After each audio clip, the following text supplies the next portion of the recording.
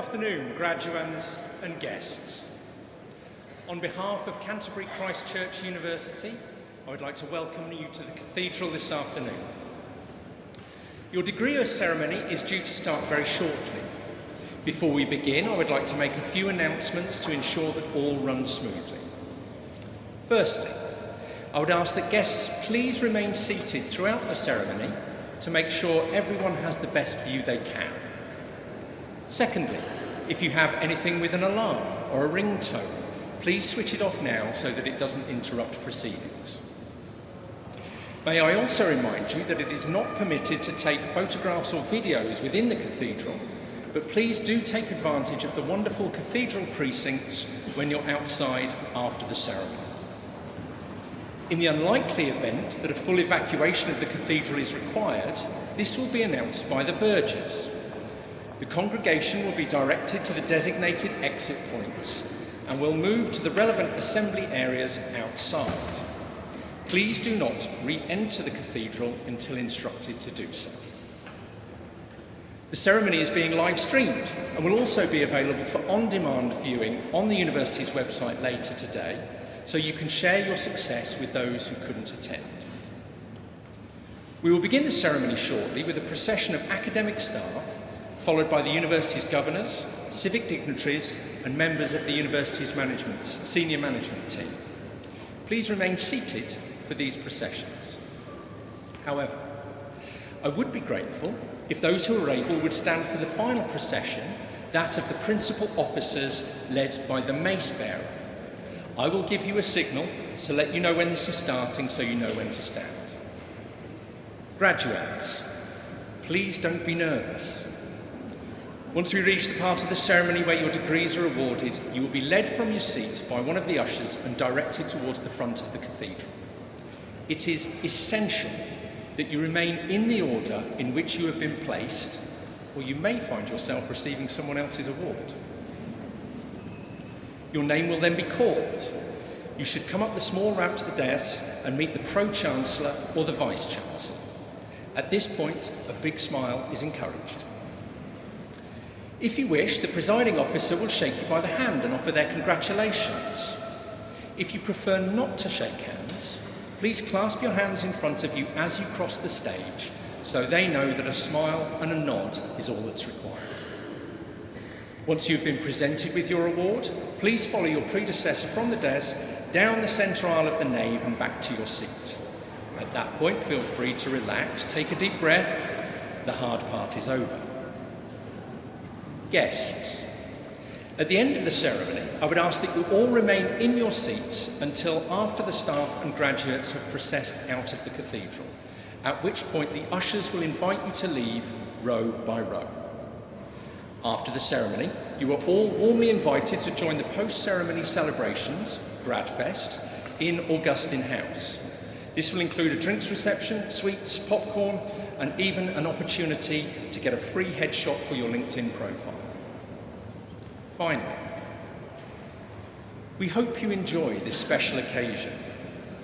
We know it means a lot to all of you who have studied so hard, and to your friends and family who have supported you throughout your time at the university. You have learned so much, both inside and outside the classroom. It's now time to share your unique talents and insights with the world. Please enjoy your day and take time to reflect on your success. Congratulations and thank you.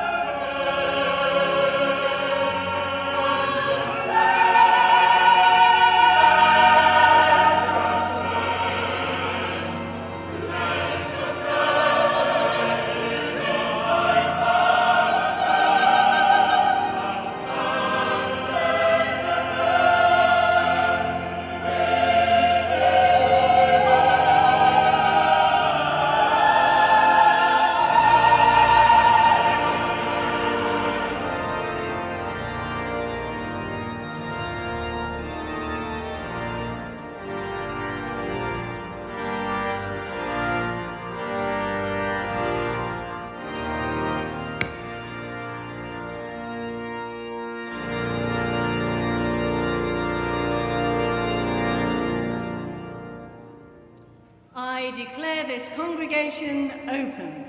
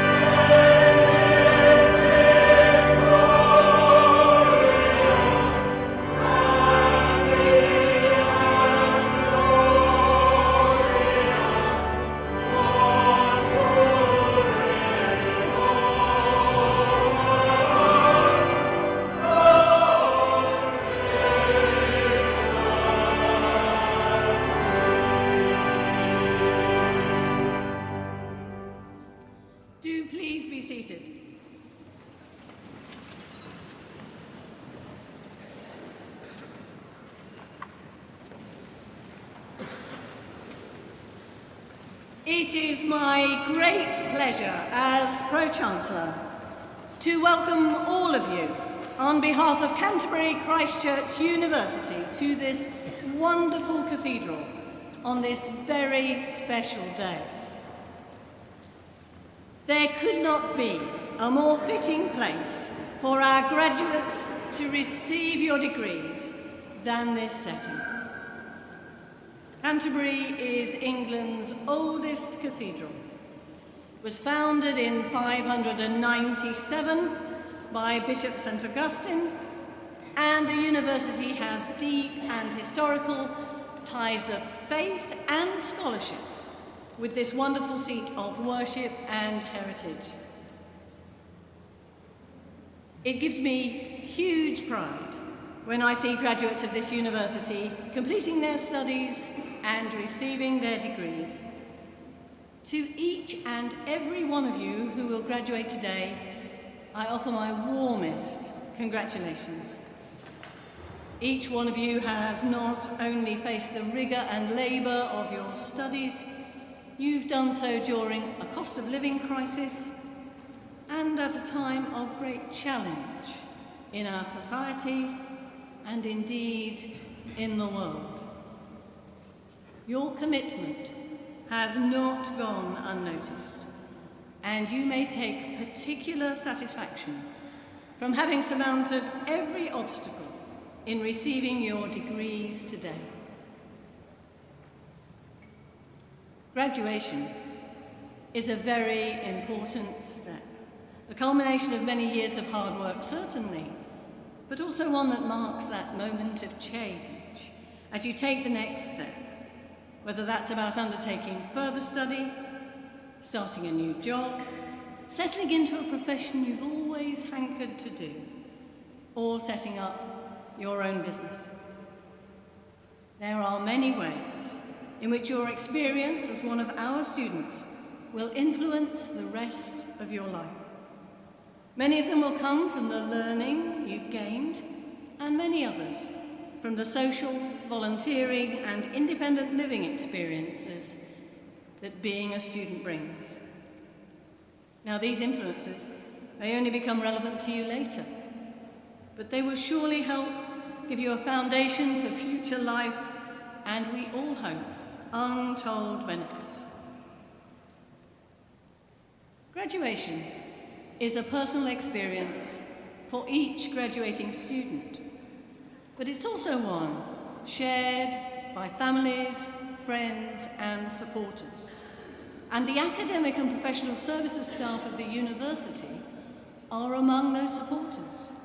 You might be surprised to learn just how important a day this is for all of us, too. One we plan carefully and see as a highlight of our year.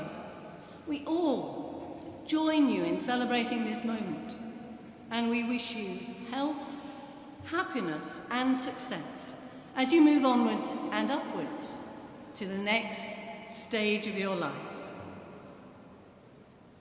And I now invite Professor Rama Thirunamachandran, the Vice-Chancellor, to address you.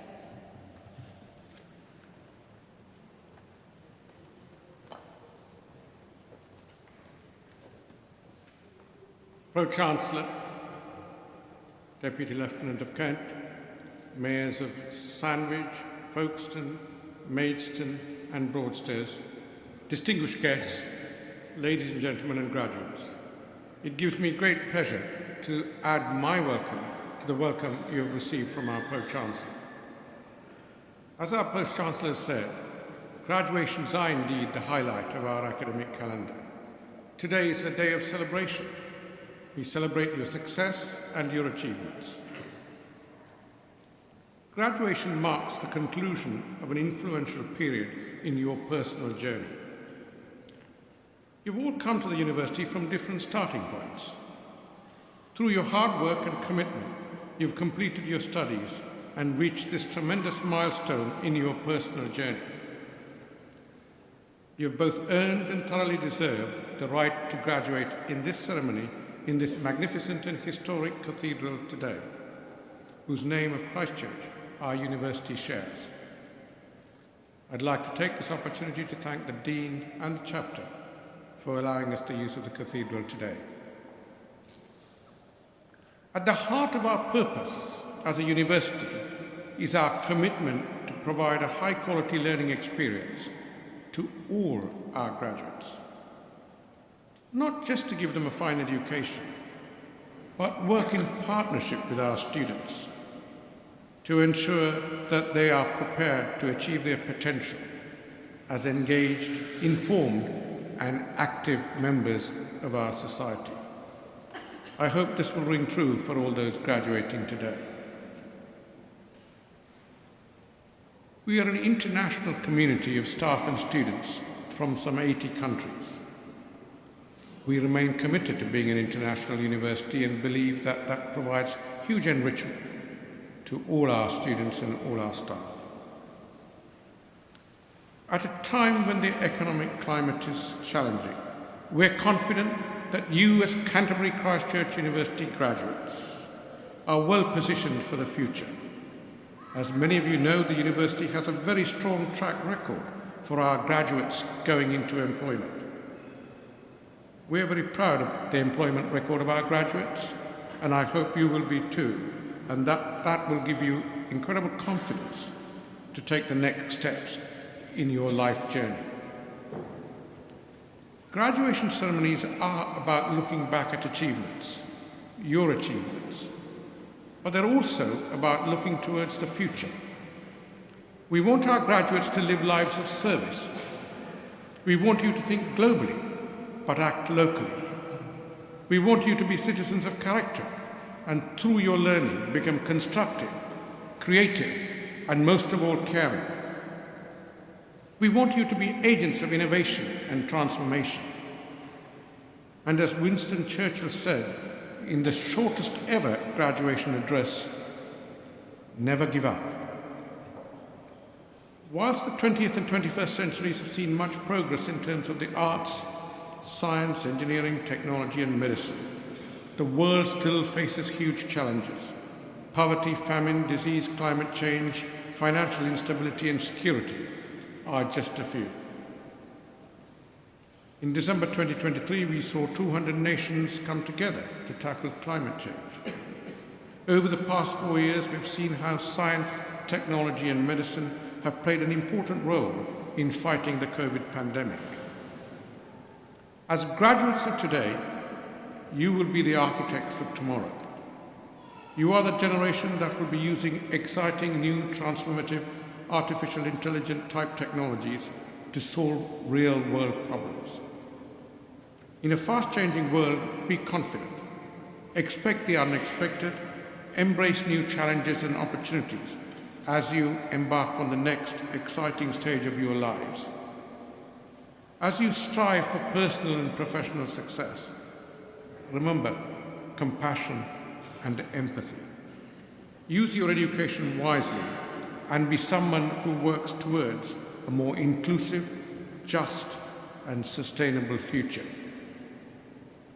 The fact that last year alone, our students undertook 26,000 hours of volunteering in their communities shows their commitment to wanting to make a difference, a commitment to wanting to help others, and put something back into society. I'm often reminded at this point by what John F. Kennedy said. Ask not what the country can do for you, but what you can do for your country. As you graduate today, you become a member of the Canterbury Christ Church University Alumni Association. As our alumni, you are our most important ambassadors. So take the spirit of Christ Church with you wherever you go and support the university in whatever way you can. Once again, many congratulations on what you've achieved and all the very best for the future. Please enjoy the pageantry, the setting, the fellowship and the music. And for those who will receive their degrees shortly, this is your day, your achievement and your university.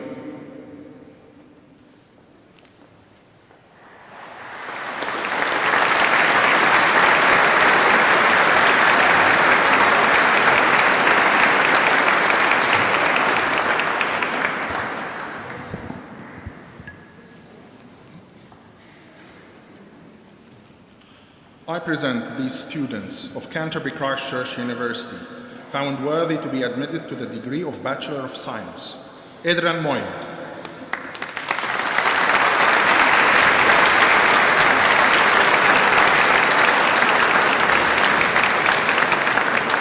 Rohan Odonkor.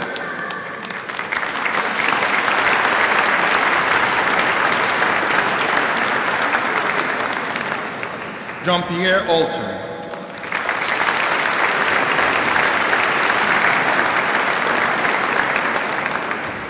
Caleb Crown.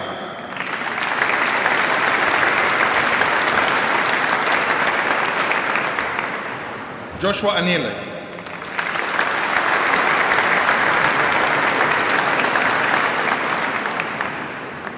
I present these students of Canterbury Christ Church University, found worthy to be admitted to the degree of Bachelor of Arts with Honours. Lauren Curry.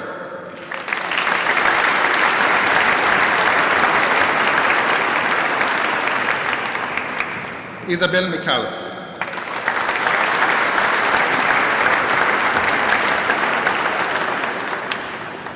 I present these students of Canterbury Christ Church University, found worthy to be admitted to the degree of Bachelor of Science with Honours. Matthew Carney.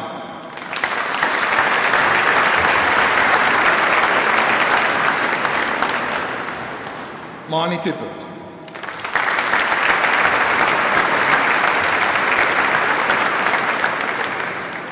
Rhiannon Brain.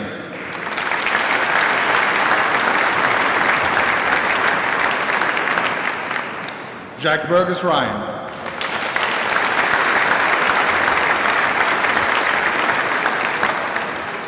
Melissa Greenwood.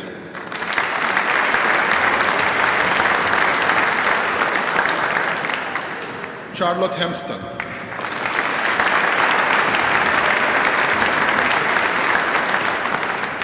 Lucy Hudson.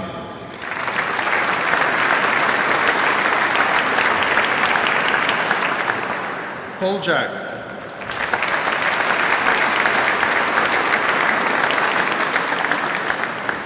Olivia Lynn.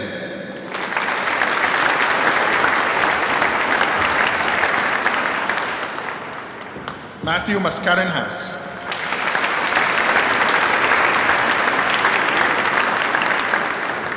George Reed.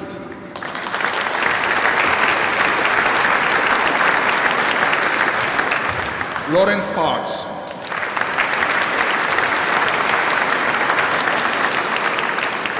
Christina Watson.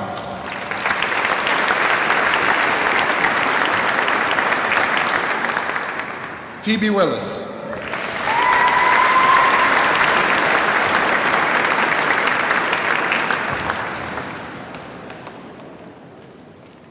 Jocelyn Claudio Montano.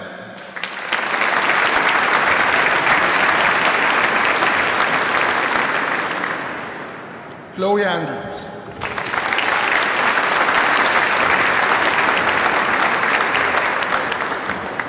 Samantha Kokos.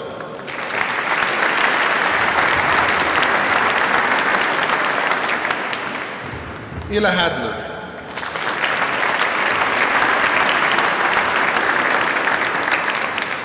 Madison Hayden,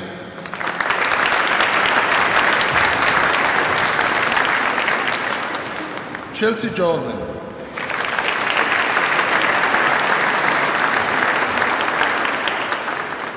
Hannah Mabel,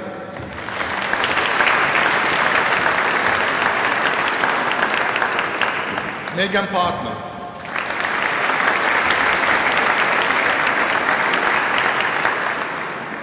Eleanor Smorcorn,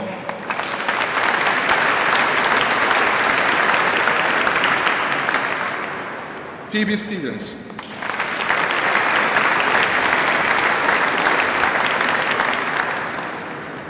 Katie White,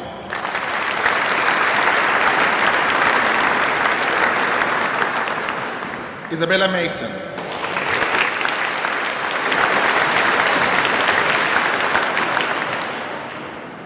Olivia Porter,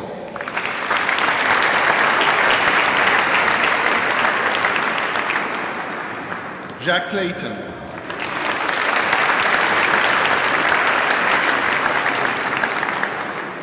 Victoria Zubinite,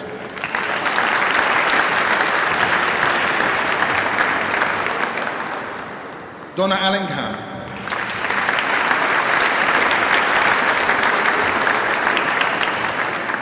Emily Baker,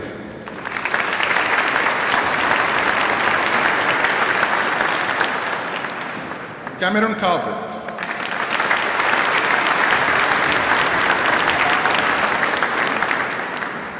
Alexi Carden,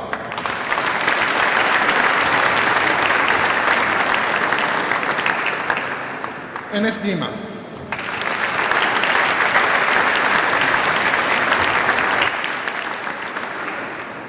Jessica Halford,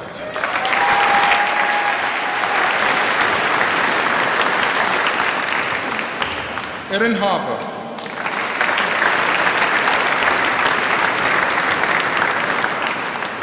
Keely Jones,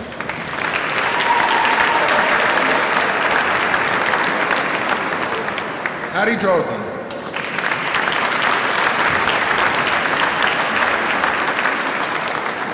Sophie Love,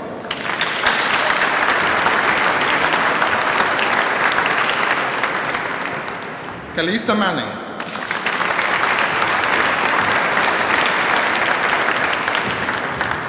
Chloe McCracken,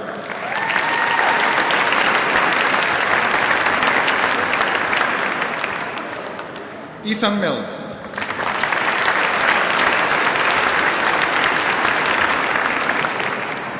Nicole Schilling,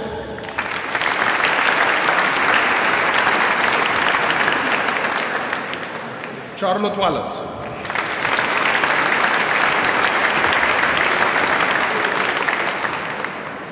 Nina Yamanaka,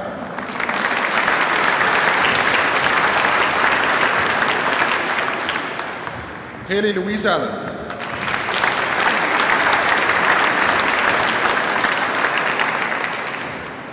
Kate Alliston,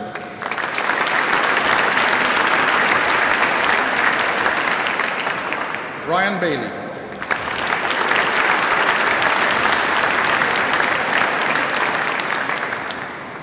Charlotte Geary,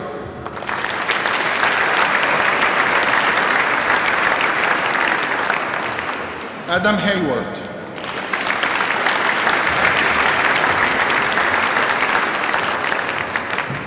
Shagitha Yugaraja,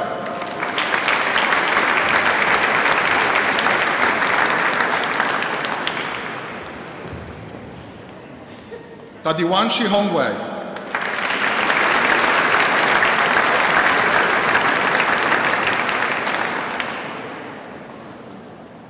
Elejana Prashi,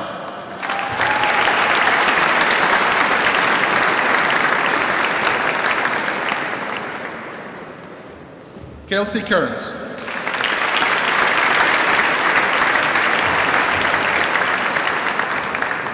Joseph Gardner,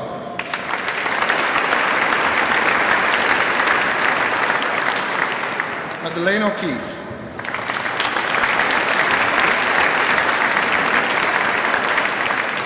Oliver Earson,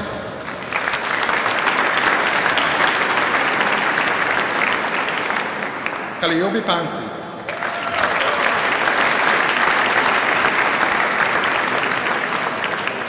Ellie Inglis.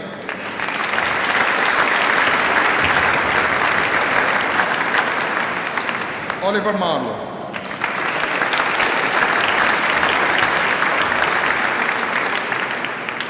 Francis Agagin.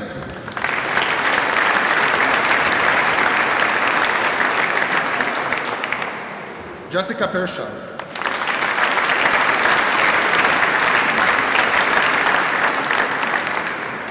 Pedro Capello Goncalves.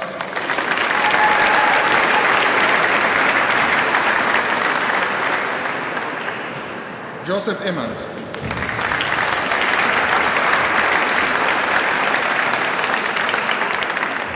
Neniadi Fatolu.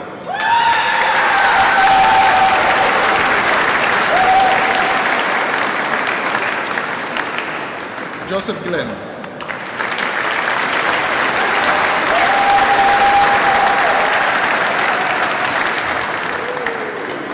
Adelaide Hutchins.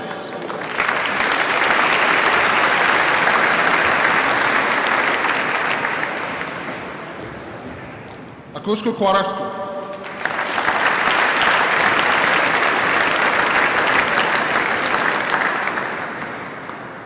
Alexander Leah.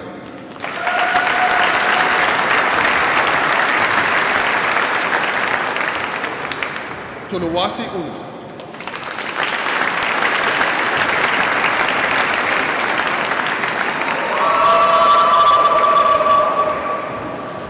Ioana Kalitha Rado.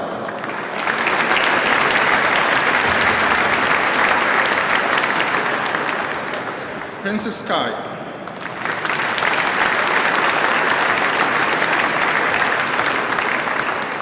Lucy Erwin.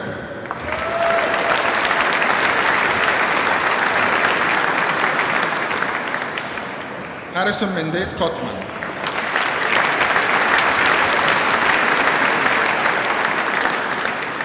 William Noah.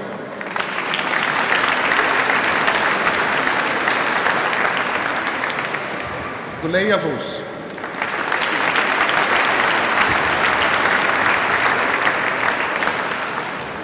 Kelly Ahu.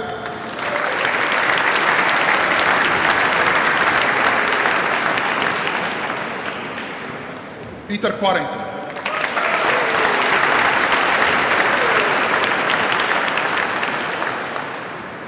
Owante Sore.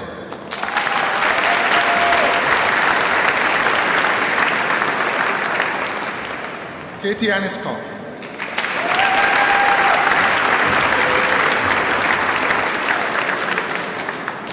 Charles Richard Arnold Staunton.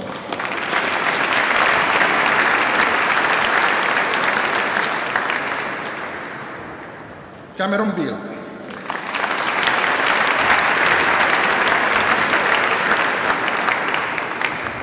Thurman Bradley.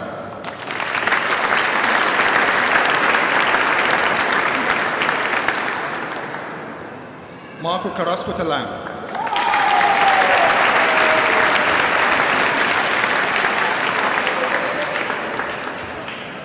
Cameron Huntley.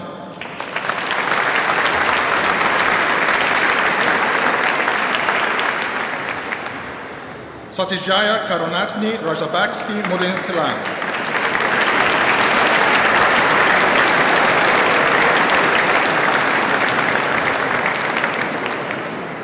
Taylor McManaman.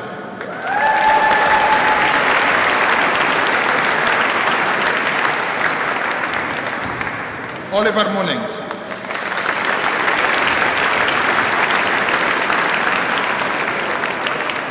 David Pereira.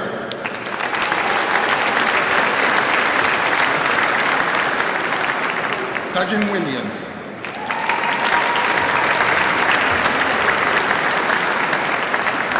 George Coles.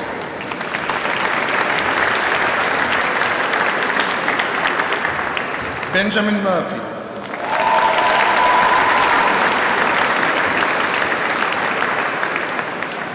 Timothy Berman.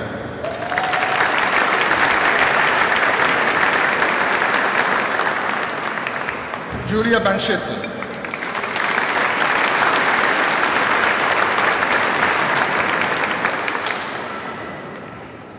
Basendo Dioalba Hiwagi.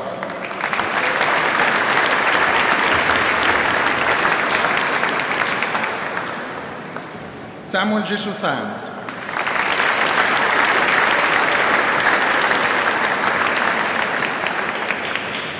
Ryan Jones.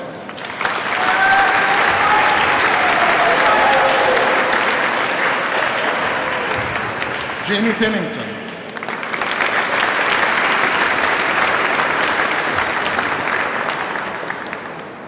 Isabel Oden.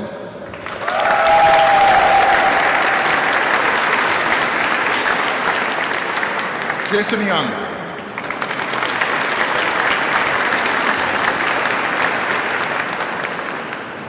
Andre Child.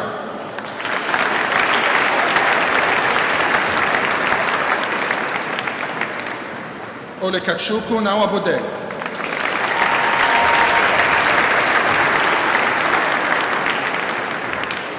Thomas Robertson.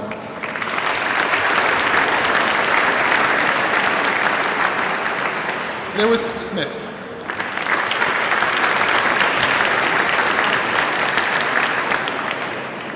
Luke Chambers.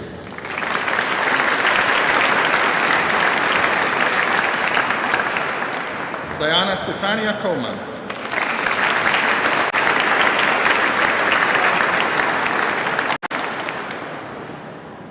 Danielle Hemmens.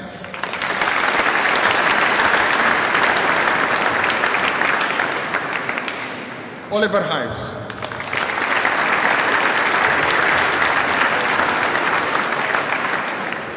Harry Jamieson.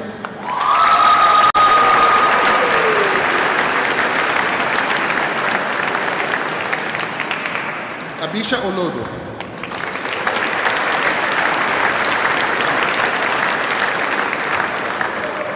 Bailey Stevenson Dillon.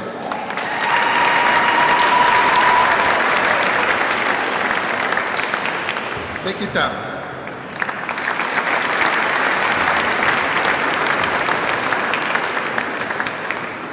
Harry Wollaston Hall.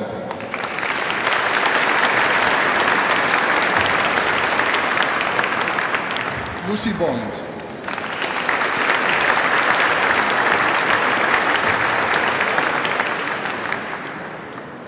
Ore Ifuelu Adayo.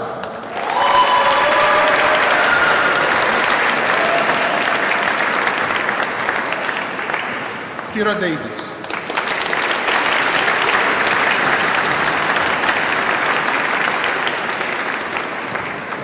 Armani Al-Hannawi.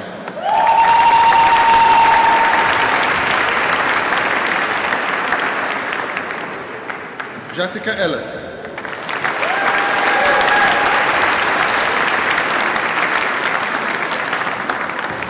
Max Jordan.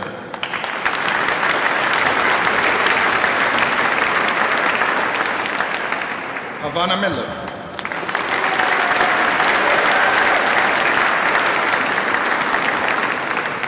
Emilia Perkin.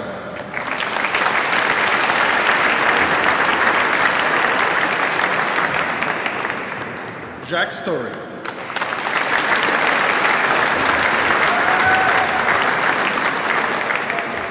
Erin Withrow.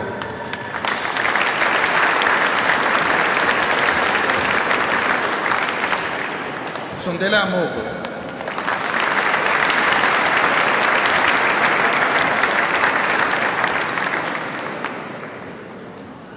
Eleanor Barker.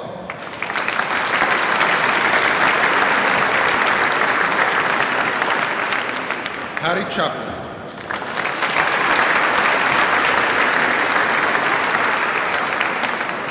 Judy Higgins.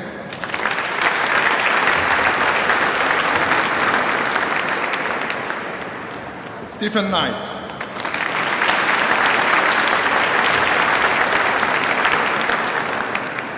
Yvette Paget.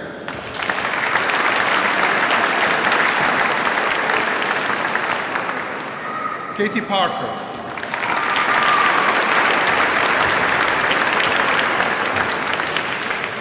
Jessica Parker Garland.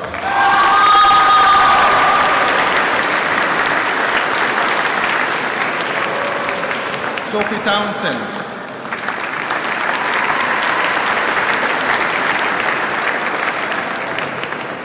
Daisy Webb.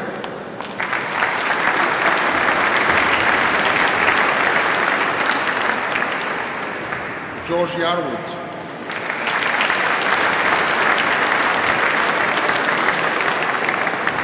Stacy Booker.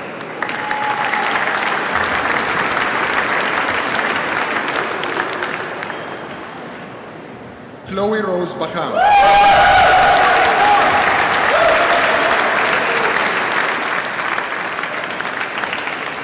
Michaela Clift.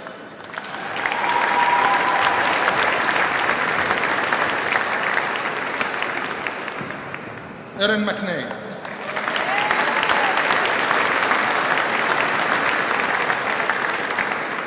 Jack Patterson.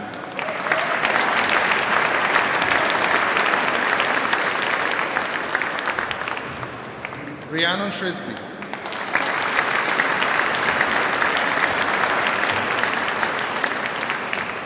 Lisa Whittington.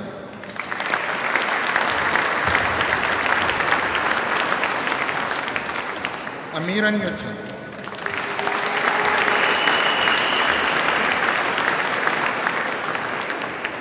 Shay Ledger.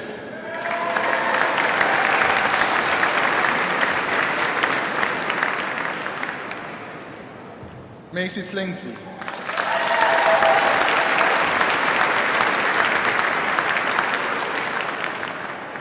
Molly Watson.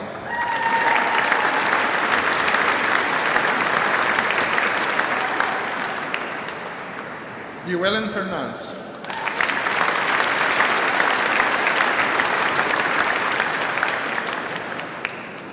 Amy Kennett.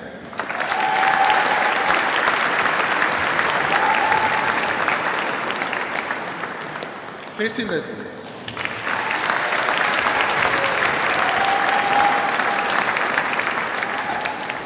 Megan Mill.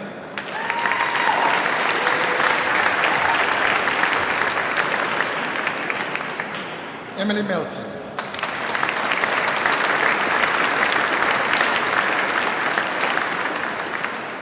Mia Murphy.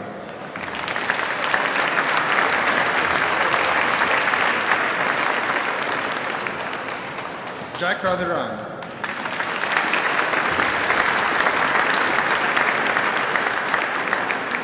Harry Ashmore.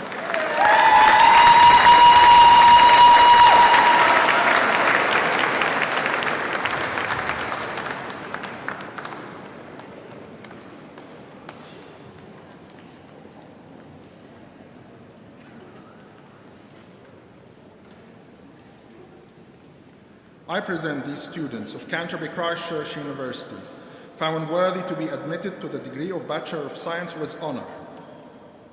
Alicia Conaberg.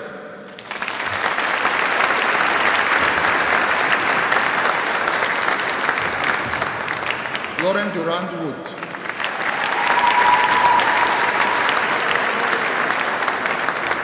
Alice Ford.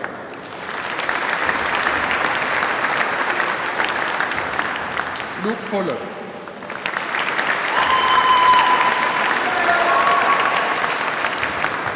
Fenton Haylett.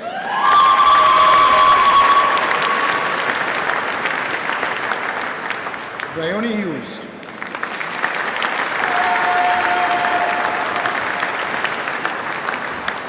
Carla Houghton.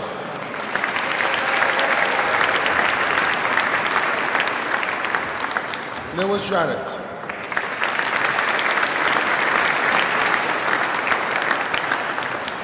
Lucy Kim.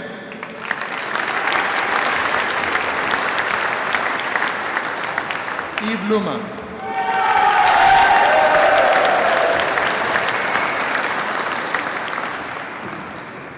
Maya McWitherspoon.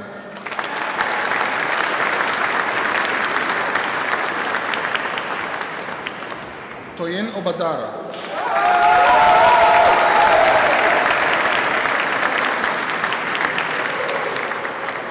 Harry Peel.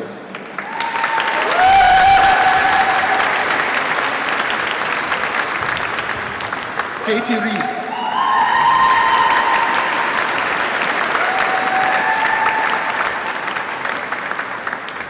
Jasmine Saunter.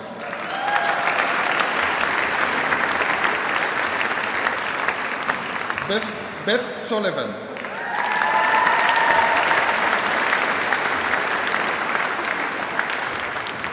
Charlie Turner.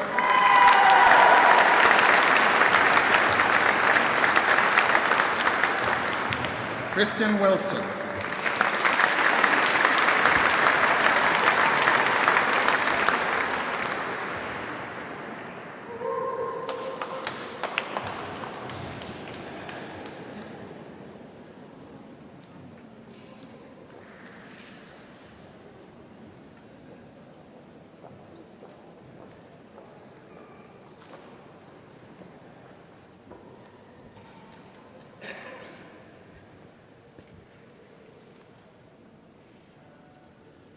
It is with great pleasure that I introduce the award-winning BBC journalist and news presenter, Ben Brown.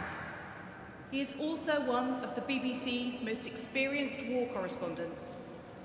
Ben is on our television screens regularly, where he presents BBC News at 1 and the BBC News Channel, the most watched news channel in the UK, with a weekly audience of over 100 million in the rest of the world. In this anchor role, Ben can be seen responding live to breaking national and international news stories. Born and raised in Kent, Ben is from a media family. His father was a newscaster at ITN, and Ben remembers that he was one of the first to announce the assassination of President Kennedy in 1963. Home for his family were the villages around Ashford in the Weald of Kent. He went to school near Maidstone and then studied philosophy, politics and economics at the University of Oxford. It was here that he started to pursue the art of writing, where he joined the university magazine. Journalism was going to be his career, but the BBC did not initially open its doors. He was rejected from various journalism schemes, and so instead he successfully studied for a broadcast journalism diploma at Cardiff, even doing work experience back in his home county at BBC Medway. We now know this as BBC Radio Kent. After his journalistic training concluded in 1982, he followed a popular journalistic route with stints at different radio stations, including Glasgow, Liverpool and London, working across the BBC and in the commercial sector. With this newsroom experience behind him, in 1988, he joined the BBC as a TV reporter and worked alongside familiar screen reporters like Jenny Bond and the current Middle East correspondent, Jeremy Bowen. Over the next couple of decades, Ben would be at some of the most momentous world news events.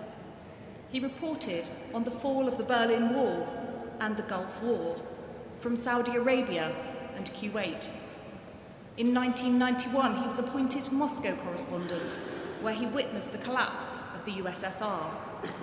He was at the Russian Parliament when troops loyal to President Yeltsin stormed it in 1993, and the following year, he was in Chechnya for the start of the Civil War. He has covered the breakup of Yugoslavia extensively, reporting from Bosnia, Croatia, and Kosovo, where his stories have helped to secure several awards for the BBC, including a BAFTA. He was also embedded with British troops when they invaded Iraq in 2003. During this time, Ben said, as a foreign correspondent, he would be sent out like a firefighter to cover stories at short notice. He was also young, competitive, and at times fearless. This desire to chase the latest story above all else became the foundation for Ben's novel, Sand Stealers, which gives a vivid glimpse into the world that he inhabited for so many years. However, in 2000, he did feel that he may have pushed the boundaries of danger too far. He wanted to be inside a white farm in Zimbabwe to capture it being invaded by armed Mugabe militants as part of the government's land grab. He said it was utterly terrifying, and perhaps he had pushed his luck. However, with the farmer's ingenuity and bravery, he did get out with his team, and the story was broadcast, winning a Royal Television Society Award. With the proliferation of news outlets, Ben says that the BBC has an important part to play in providing coverage of not always the most popular stories or even the easiest to digest. And for today's soon-to-be graduates, he suggests that checking the sources of your news and considering reading deeper explanatory pieces from all outlets in addition to the headlines. Over the decades, Ben has been supported by his partner Geraldine, who is also a journalist. She understands the pressures of the job, and her backing has been fundamental in allowing Ben to capture such critical moments of recent history. And what about his home county? He regularly returns to see his brother and family in Hythe, and you may also see him watching Kent cricket at the St Lawrence ground. But check out X, formerly Twitter, for his posts about his other beloved passion, Liverpool Football Club. Ben has told me that he is most flattered at this honorary doctorate, and he sees himself as a reporter who just tells stories. I'd suggest that he is far too humble. Ben is an award-winning reporter, a calm and reliable presence on screen, and has made an outstanding contribution to British broadcasting and the creative sector over decades. Most Honourable Pro-Chancellor, I present Ben Brown to be made Honorary Doctor of Canterbury Christ Church University.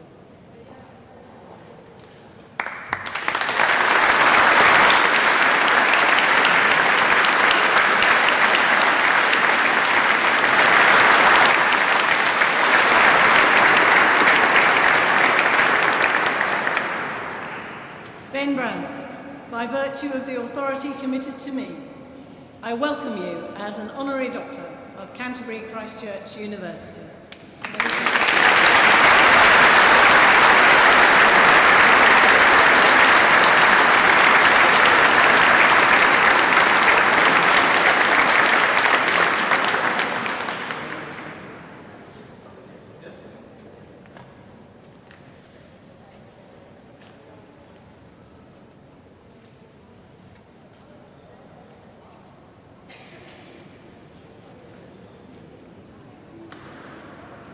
Thank you all so much. Thanks to the Vice-Chancellor and the university authorities. I'm quite overwhelmed, to be honest, by this extraordinary doctorate, which I don't really feel I deserve. I just feel like I'm a reporter, as you heard there, who tries to tell the story, but I'm not going to turn it down. So thank you so much, and in such amazing surroundings as well. I also want to thank you, my lovely wife Geraldine, who's here on the front row.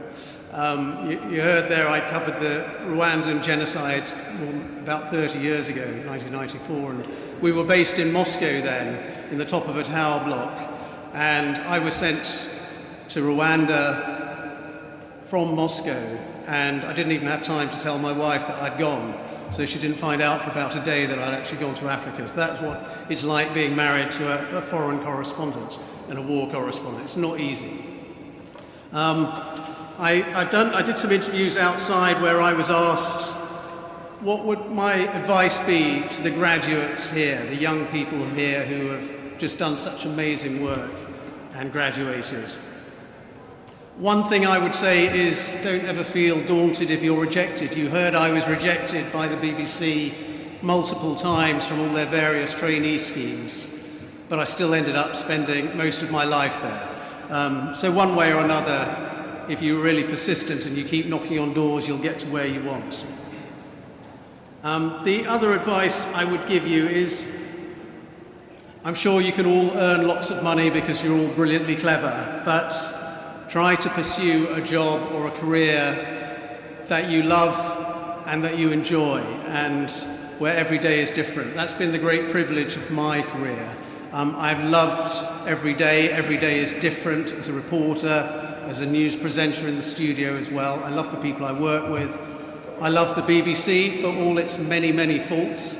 I'm very proud of the BBC and I love working for it. You're going to spend most of your life working, and it's really important to do a job that you love.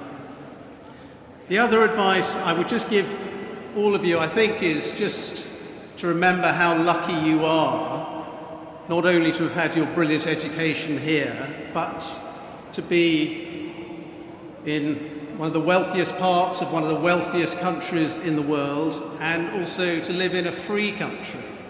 And I just want to talk for a minute about how important it is to live in a democracy. I have reported from so many parts of the world where there is repression and oppression. Afghanistan, where I've spent a lot of time, where if you're a girl, you can't go to school now. Russia, where you're not allowed to demonstrate against the government or against the war. You can't even hold up a blank piece of paper without being arrested. Iran, I've reported from, where the religious police will arrest you and maybe even kill you if you're wearing your clothes in the wrong way. Rwanda, which I just mentioned, where people were murdered and massacred just for being the wrong ethnicity. So treasure the freedom of our democracy, and I say that because I think the media and the free press, and the BBC is an important part of that, is crucial to having a democracy. And it's quite a bewildering world now with social media. I'm sure you're all on TikTok and Twitter and Insta this and Insta that, and it sucks up a lot of your time and energy. I know it does. It's quite addictive. But it's important to follow the news, not just in your own echo chamber of what you're interested in and echo chamber of your opinion. It's important to seek out other opinions and other news, and to challenge opinions and to find out as much about the world as you can, because free information is the lifeblood of democracy.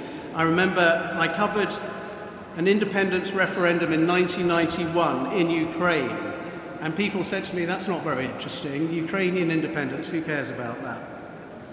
30 years later, the war in Ukraine is affecting us all, our energy bills. We're sending missiles to Ukraine, and there is a threat of a wider global war because of Ukraine. So these stories are important. Cherish the free press, cherish your democracy, cherish your youth and all the opportunities that lie ahead of you, and seize them with both hands, and good luck to each and every one of you. Thank you very much.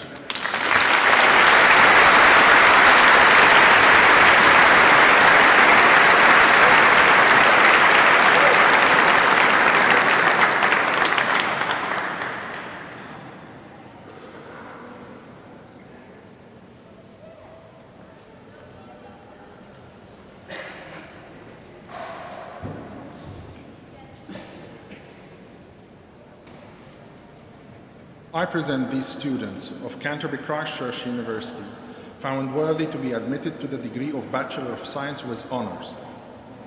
Rebecca Bim.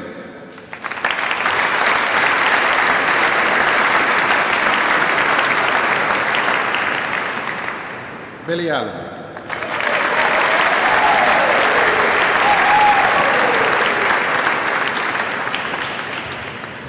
Elaine Coburn.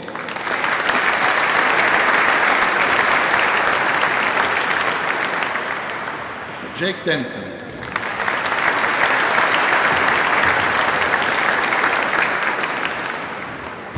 Brendan Hogwood.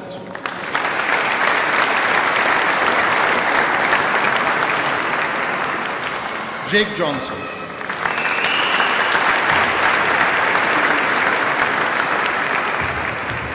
Jack Moody.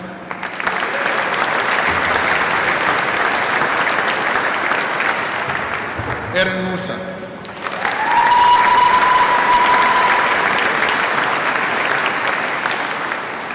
Shelley Reed.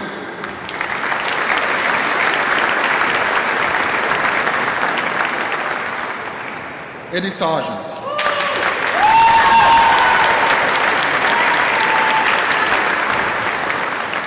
Neve Strodwick.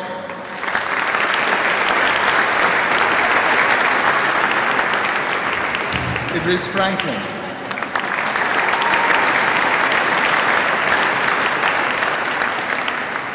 Kira Brown.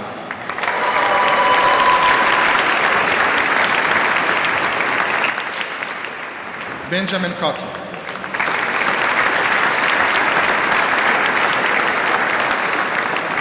Thomas Morgan,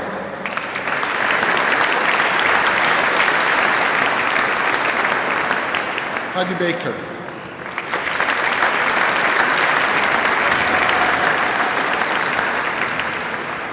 Elise Parfit,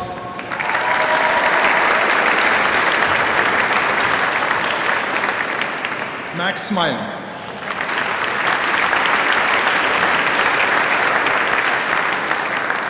Abigail Walters,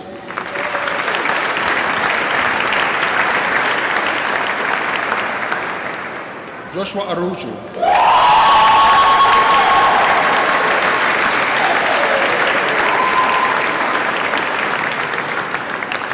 Rebecca Long,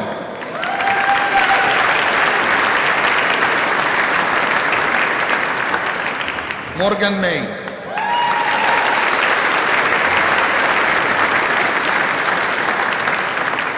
Benjamin Strand,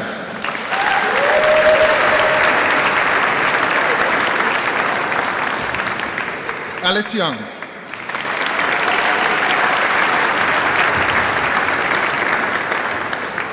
Antonia Addo,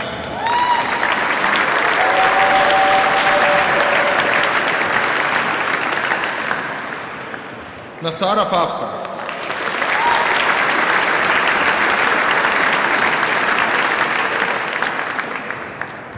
Claudia Belinexo,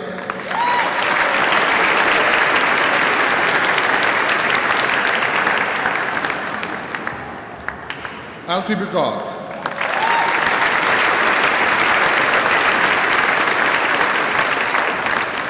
Matthew Cowser,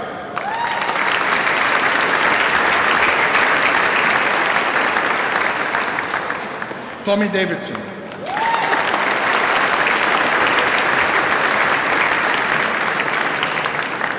Lauren Doyle,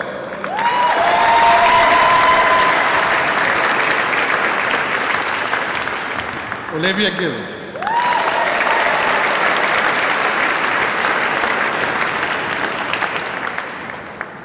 Joshua Gomez da Costa,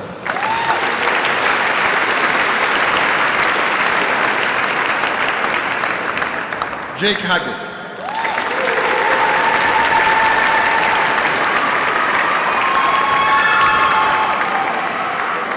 Michael Haig,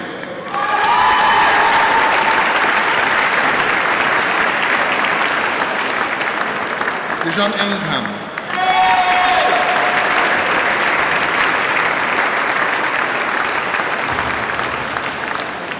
Megan Jenkins,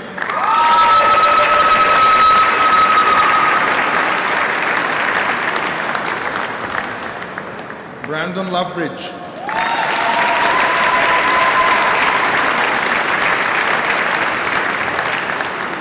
Adele Paolo,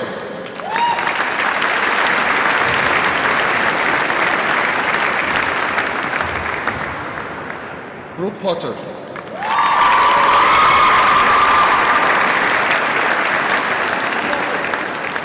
Hannah Bradley,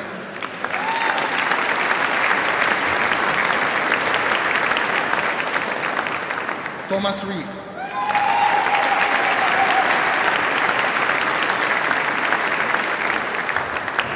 Samuel Richardson,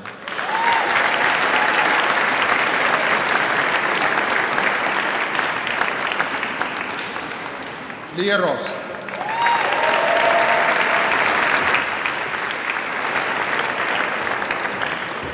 Alexandra Savage,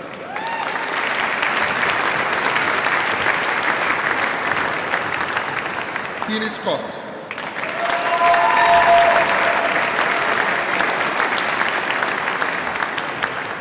Lara Sodben,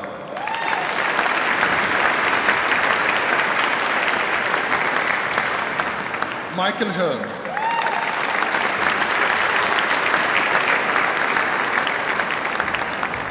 Clement Sakala,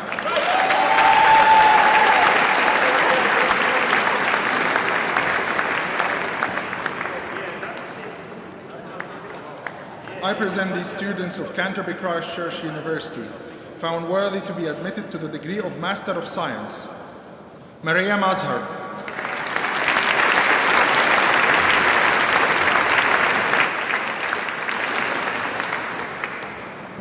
I present these students of Canterbury Christ Church University found worthy to be admitted to the degree of Bachelor of Science with Honor. Ryan June.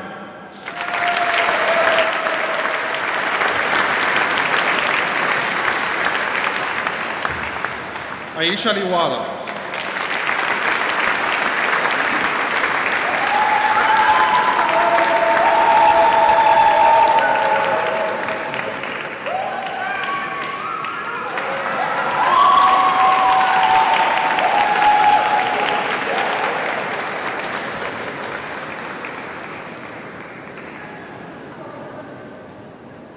It is now my duty to announce a posthumous award. George Morton Fallows.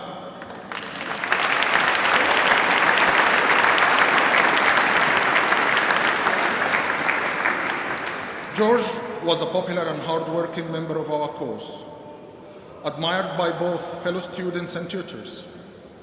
As a very skilled programmer, he made valuable contributions to his group projects and was always appreciative of any support given. He will be greatly missed by all who knew him. Most Honorable Vice Chancellor, I invite a member of George's family to accept on George's behalf his award of Bachelor of Science with Honor in Computer Science.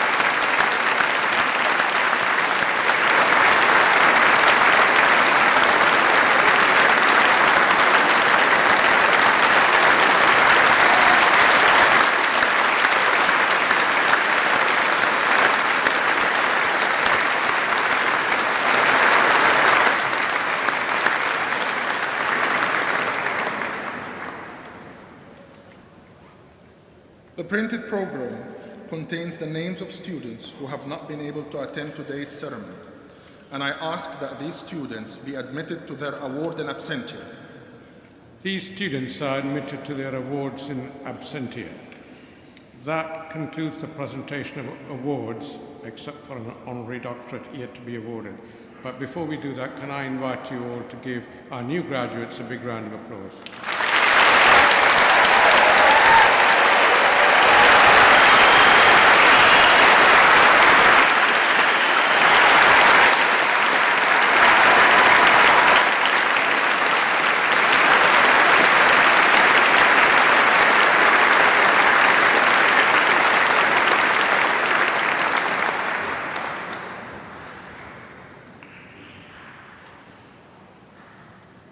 Good afternoon. Today is my great privilege to introduce Tammy Beaumont. Tammy is a brilliant record-breaking cricketer.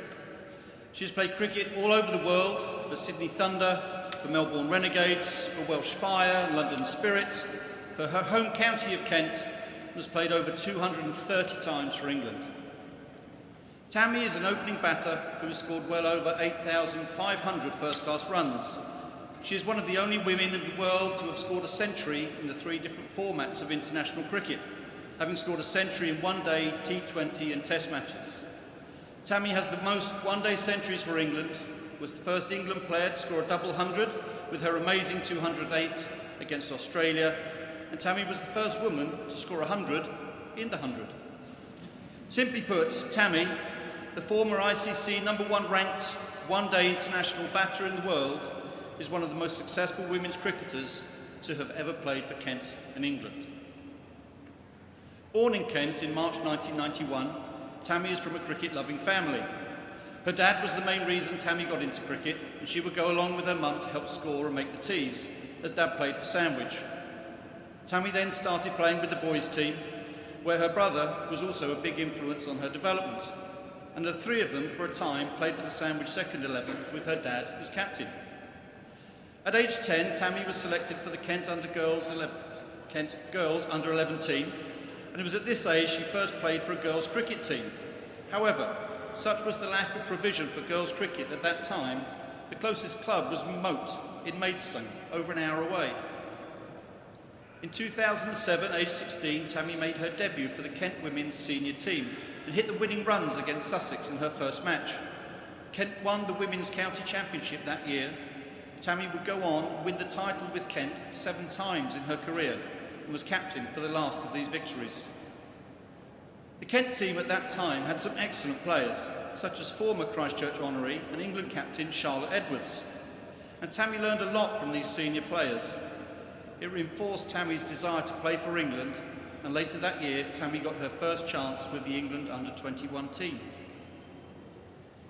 In 2009, Tammy made her senior England debut on a tour to the West Indies, aged just 18, although it took a few years to establish herself there in the England team. During this time, Tammy studied at Loughborough University and attended a nearby cricket academy where she worked with coach and mentor Carl Crowe, who had a big impact on Tammy's development. Her breakthrough came in 2015 when England head coach Mark Robinson saw potential in Tammy to realise her ambition to be the best opening batter in the world, and Tammy became a fixture at the top of the order. On the 20th of June in 2016, Tammy scored her first half-century for England with 70 against Pakistan. Just 2 days later, she scored her first century with 104 against the same opposition. And to cap off an amazing week that cemented her as one of England's best players, she scored her first 150 with an incredible 168 not out as England won the series 3-0. Surely the high point for any player is winning the World Cup in your own country, something Tammy and the England team achieved in 2017. Tammy was named player of the tournament following England's 9-run win against India in the final at a packed Lord's. And the significance of the victory should not be lost.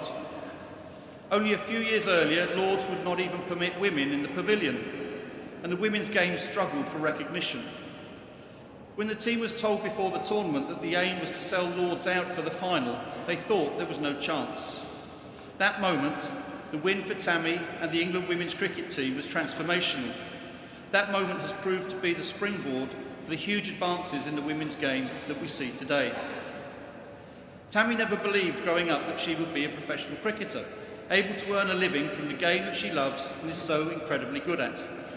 Tammy's first experience of playing cricket at the county ground in Canterbury was in a school's cricket final. She would go on to score 2 centuries for England on her home ground. As a professional, Tammy has played all over the world, including the Big Bash League in Australia and the 100 in this country. The 100 has seen women's cricket placed on a par with the men's game, being shown live on terrestrial TV, further extending the reach of the women's game, promoting it to the next generation of girls and young women. Tammy would be too modest to acknowledge being any part of the progress that has been made, but without success, without people who strive to be the best they can be and inspire others, without role models like Tammy, a true great of the game, this type of progress does not take place. Most Honourable Pro-Chancellor, I present Tammy Beaumont to be made Honorary Doctor of Canterbury Christ Church University.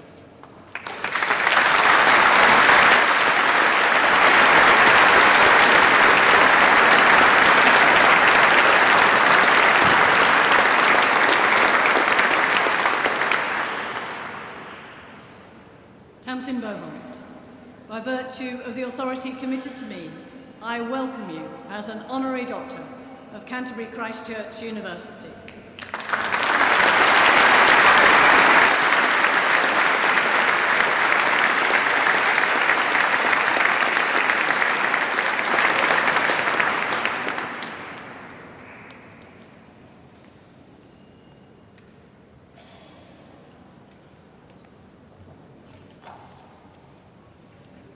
Good afternoon, everyone. Firstly, thank you, Paul, for nominating me for this accolade, and secondly, for such a kind and generous introduction.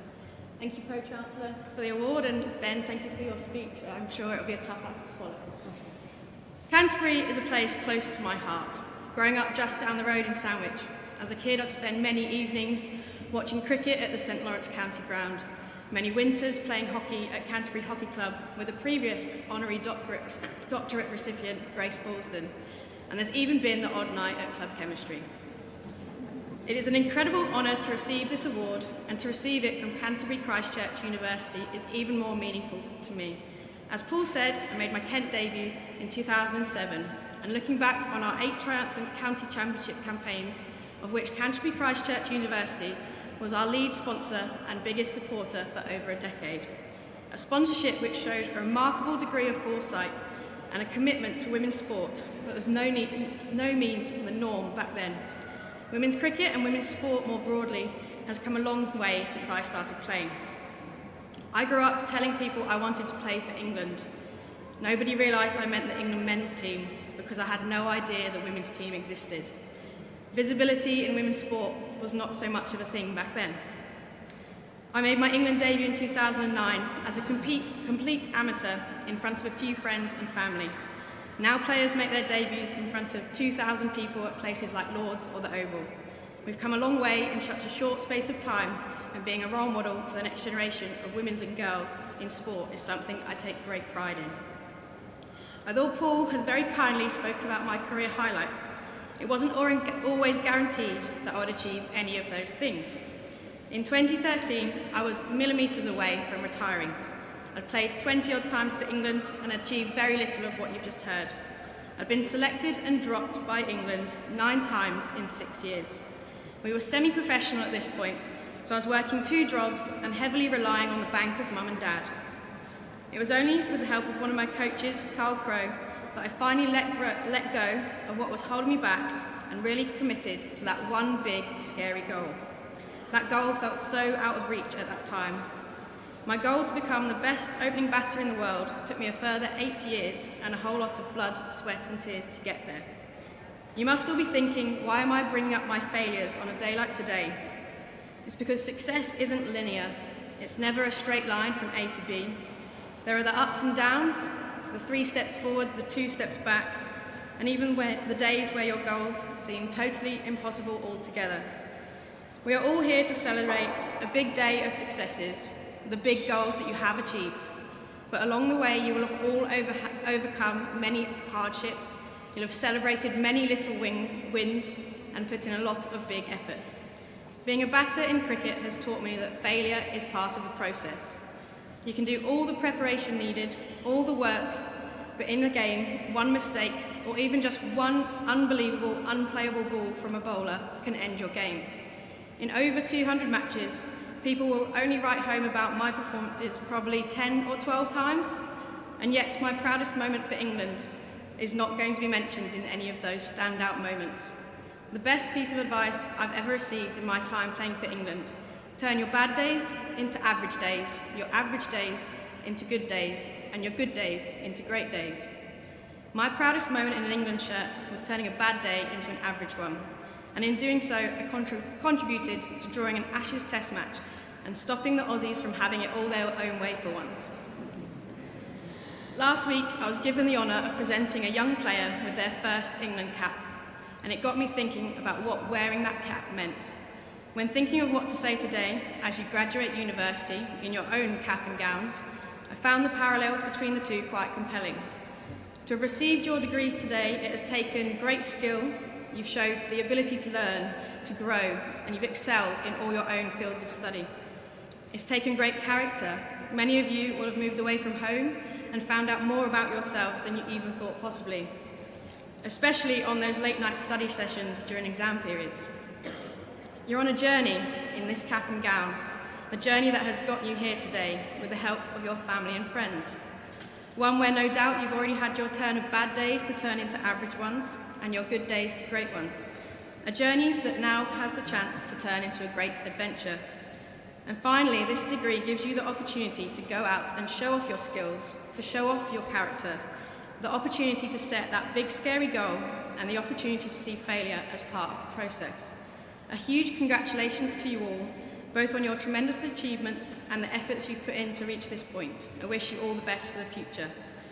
Finally, I'd just like to say a couple of thank yous to my family, my mum, my dad and my brother for all the support over the years, especially all the car journeys up and down the country. To my husband, Callum, your support and inspiration every day is incredibly inspiring to me. To my coaches and mentors, you know exactly who you are. And once again, thank you to Canterbury Christ Church University for honouring me with this award. Thank you.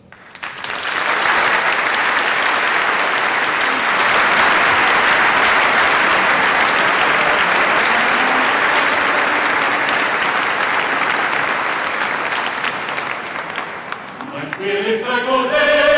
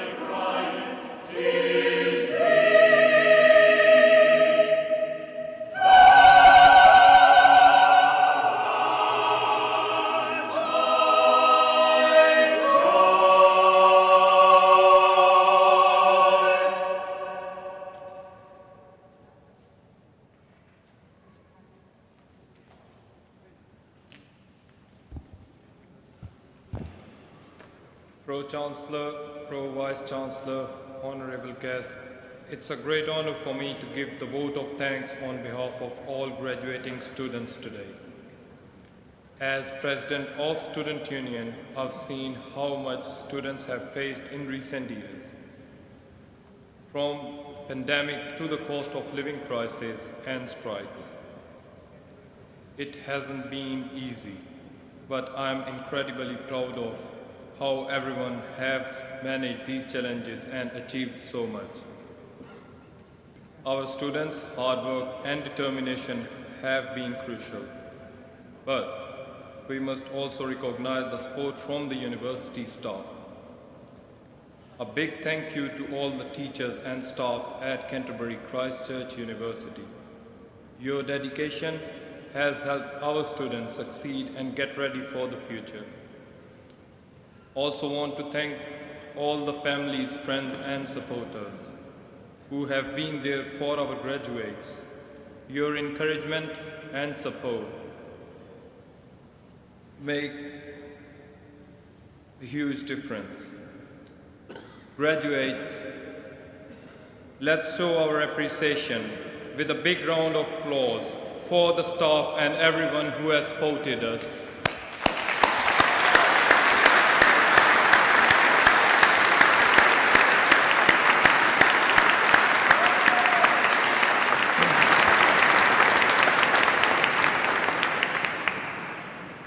Remember, education doesn't end here. Let's keep learning, growing, and using our voices to make it happen. Congratulations once again to all of you, and I wish you have a very best for your future. Thank you.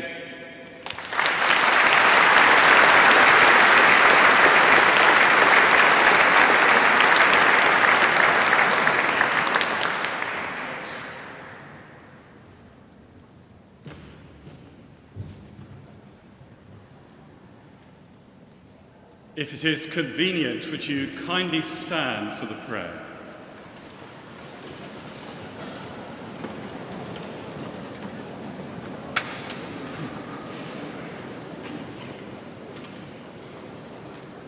In this magnificent building, where prayer has been valid for 1,000 years, let us ask God's blessing on our new graduates. May the world always be a place of wonder, arousing curiosity and the desire to know more. May employment bring fulfillment and a clear sense of purpose. May leisure bring the opportunity to discover more about yourself. May you always have friends who draw out the best in you. May you experience love as the true meaning of life. And may God watch over you and guard you every step of the way. Amen.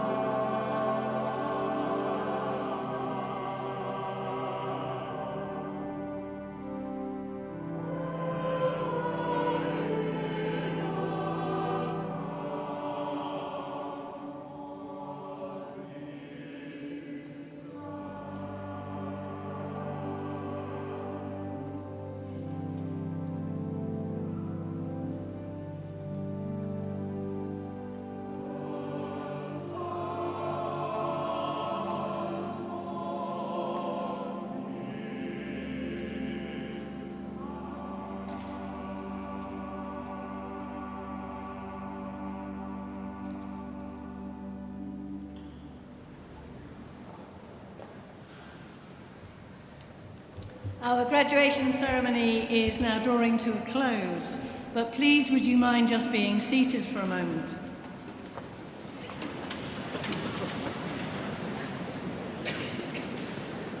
We would be grateful if you would remain seated until the procession and our new graduates have left the cathedral. We hope you've all found today an enjoyable and inspiring occasion. And when you leave the cathedral, you'll continue to celebrate, I'm sure you will.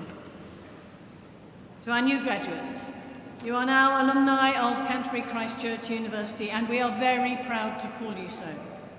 We hope you will always feel proud to be members of and ambassadors for your university.